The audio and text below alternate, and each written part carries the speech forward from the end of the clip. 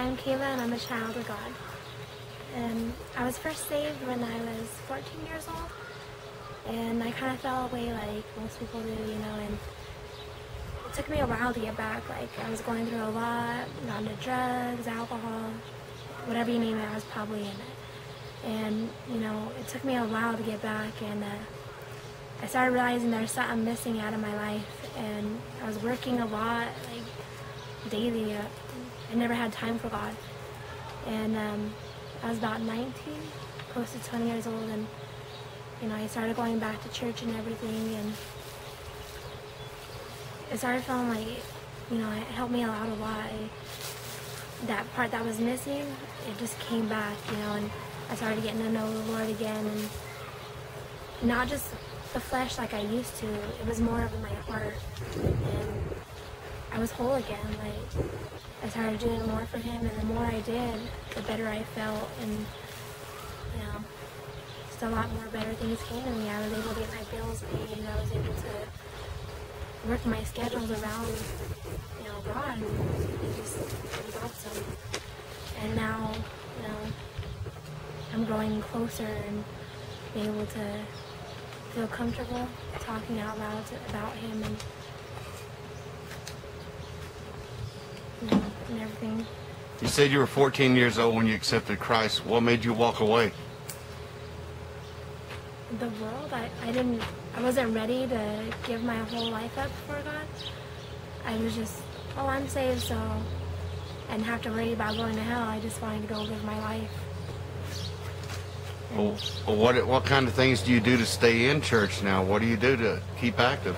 Well, now I'm in the choir over there, because I've always loved to sing, and so I now sing in the choir.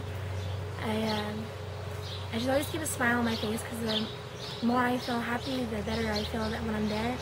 And I try to, you know, talk to other people, like newcomers and people that come there.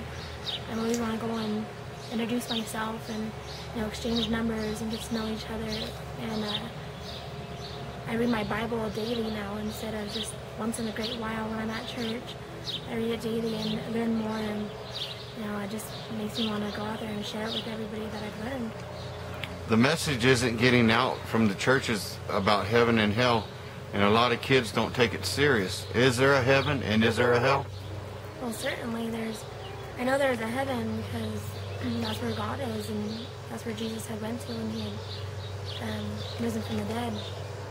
And the hell is with Satan and everything, and they're all, like, that's where He'll be after we all go to heaven. And it's kind of scary when you think about it, because you don't want nobody going to hell, and, you know, to be eternally, and, you know, in fire, and just you're gonna have to sit there in your memories and knowing what you did wrong, and there's no way out of it because it's eternally, so you'll be there forever. And it's just kind of scary to think about that part, but I know there is a hell and a heaven because it says in the Bible, and I know it's true because I believe in the Bible, and I believe in what God's given me. Is there what kind of changes have taken place in your life since you've been back with God? Well, I've brought in, you know, I guess you could say, like, I've accomplished a lot. Like, I don't drink no more. I don't do any, like, bad drugs anymore. You know, and a lot of my old friends that, you know, were involved in that kind of thing, I don't hang around them anymore. And it just, like, they slowly just went away. The more I started walking with God, the less they were a part of my life. And, you know, I sometimes wish that they could have came and walked with me, but, you know, I can't force anybody, and it was their choices. But, you know, I've done that, and then I'm still dealing with some of my battles. You know, I am in a gay relationship with a girl, and, you know, the more I've been walking with God, the less that we act on it, the less we're together, you could say. Like, we're not girlfriend and girlfriend all the time now. Like, we put more of our attention toward God, and it's like starting to work more toward Him and not our relationship. What kind of message can you give to the young people right now? Their lives are they're not going anywhere for the most part, and society's gotten out of control. So if you were to give a message to any young person right now, that could help them, what would you tell them? I would tell you, like, just start to get to know who the Lord is, because without Him, you won't be able to make it, and feel whole. You won't be able to do a lot in your life that maybe you think you can now, but it's not all going to be there forever. And when you finally find the Lord, you'll be able to accomplish a lot more than you even think you would be able to. Like, maybe saying right now, that's not for me, church isn't for me. And that's what I used to say. I used to never think that, that's just for people who are all godly. But, now that I'm a part of it, it feels a lot better, because now I know what those people were all excited for, which was Jesus, and you don't have to waste your whole life away now, and you have something to live for, and, it gives you a future, because you know where you're going to be, and you're not just living life day to day and not knowing where you're going to be the next day, and you have stuff to accomplish, and, and be able to live with God again. All right, the Bible's over 2,000 years old. How can we use it for our lives today?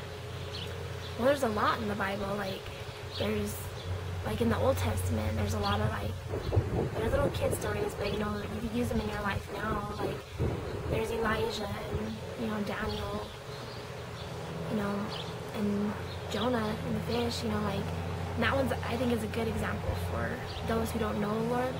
Is when you're running from it and you're not knowing where you're going to go, you get into trouble and you'll have your consequences, and with Jonah, his consequence was being in the fish's belly, and he had time to think and know what he had lost, which was the Lord. But that's where a lot of us get stuck. We're, going and thinking nothing's going to happen to us, there's no God, and all these things that go through our head, and what we're really doing is we're stuck in that belly, because we have nowhere to go. But when you find the Lord, you're going to be able to get out of that and be able to move forward and be in happiness.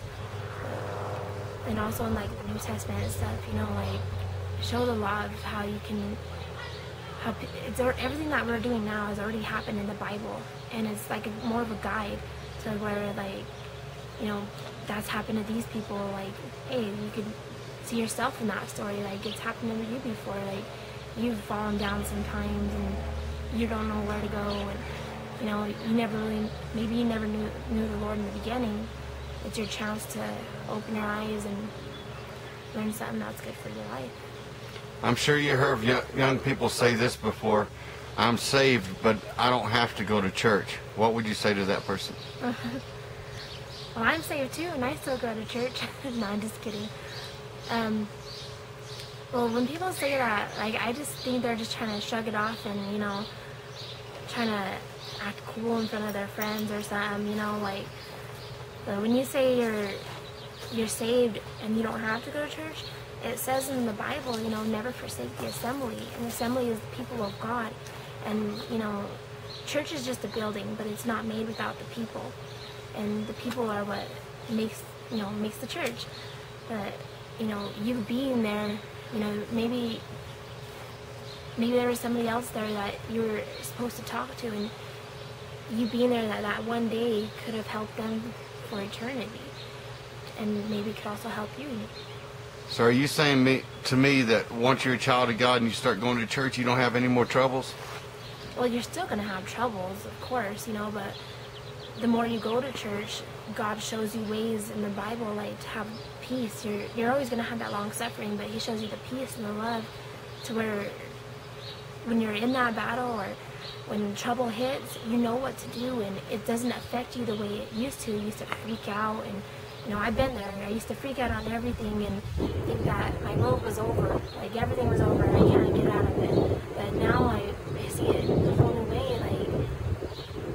I have trials daily, and they hit me all the time. And with the way I grew up, I was growing up Mormon, and I have a Mormon family, and some of it's Catholic, and I'm Christian, and it's all crazy all the way around. But I know that with God that I'll be able to make it through, and he keeps his promise. He promises us he will never leave or forsake us, and he keeps the promise daily, and he never leaves us. It's awesome. On a personal note, I've known you for a while, and you said at one point you used to cut on yourself. Are you still doing that? You know, I've had thoughts, like when trouble hits, but I know I don't have them like I used to. I used to be like, oh, well, I can't make it through this. Everybody's getting me frustrated, and I would cut on myself. But when I found the Lord, I quit doing that because I couldn't just harm myself anymore, because I started realizing it's a temple of God, and I didn't want to, destroy it.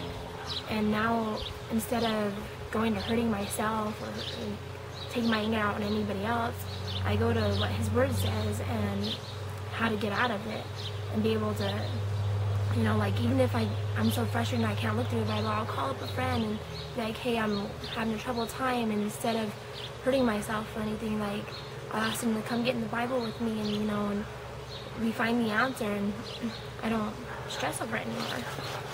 In 6 months from now, we're going to update this, and we're going to find out where you're at in your walk with God. Where would you like to be in 6 months from now with God? Where would I like to be? I'd like to be a lot stronger than what I am now, and being able, I'm starting to reach out now, but I want to be to where people can know that they rely on me, and, and the Spirit within me, and that, that if they called me or something, I wouldn't have to go and say, I'll call you back later and search it. I'll be able to be on top of things more than I am now, and possibly be teaching it. That's where I can go. I want to be able to teach others what I know. Okay. And right now, in your walk with God, what is your major role? What do you stay busy doing?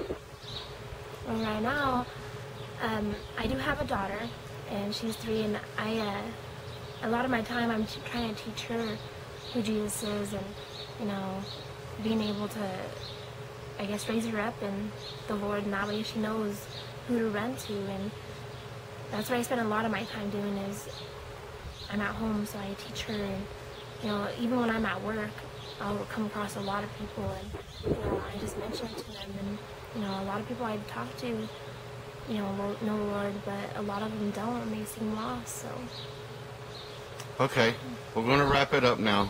But I want you to look right at the camera, and there's someone that's going to be watching this, and they've been away from God, or maybe they're having a hard time. Talk to them and tell them what you think they should do. Well, what you need to do, is go back to, your old teachings, and maybe, if your church wasn't the right one, or you didn't think it was there for you, find a church that you're comfortable with, and be able to know the Lord in your heart. And just don't give up, because the Lord won't leave you, so just work harder to get to Him.